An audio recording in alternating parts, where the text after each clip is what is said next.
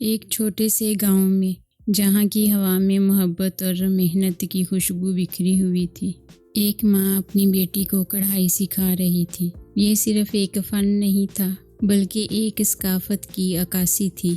ماں نے بیٹی کو بتایا، یہ کڑھائی صرف دھاگے کا کھیل نہیں، یہ ہماری روایت کا حصہ ہے۔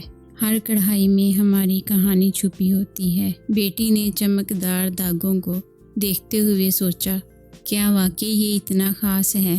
ماں نے بیٹی کو مختلف رنگوں کے دھاگے دکھائے۔ ہر رنگ کا اپنا مطلب ہے۔ یہ سرخ محبت کی علامت ہے، نیلا سکون کی، اور سبز امید کی۔ بیٹی نے اپنی تخلیقی صلاحیتوں کو محسوس کیا اور کڑھائی میں دلچسپی بڑھنے لگی۔ وقت گزرتا گیا اور بیٹی نے کڑھائی میں مہارت حاصل کر لی۔ وہ اپنے ہاتھوں سے بنے ہوئے کپڑے کو دیکھ کر مسکراتی، ماں میں نے پہلی بار اپنی تخلیق کی ہے۔ ماں نے اس کی تعریف کی، یہ تمہاری محنت کا نتیجہ ہے۔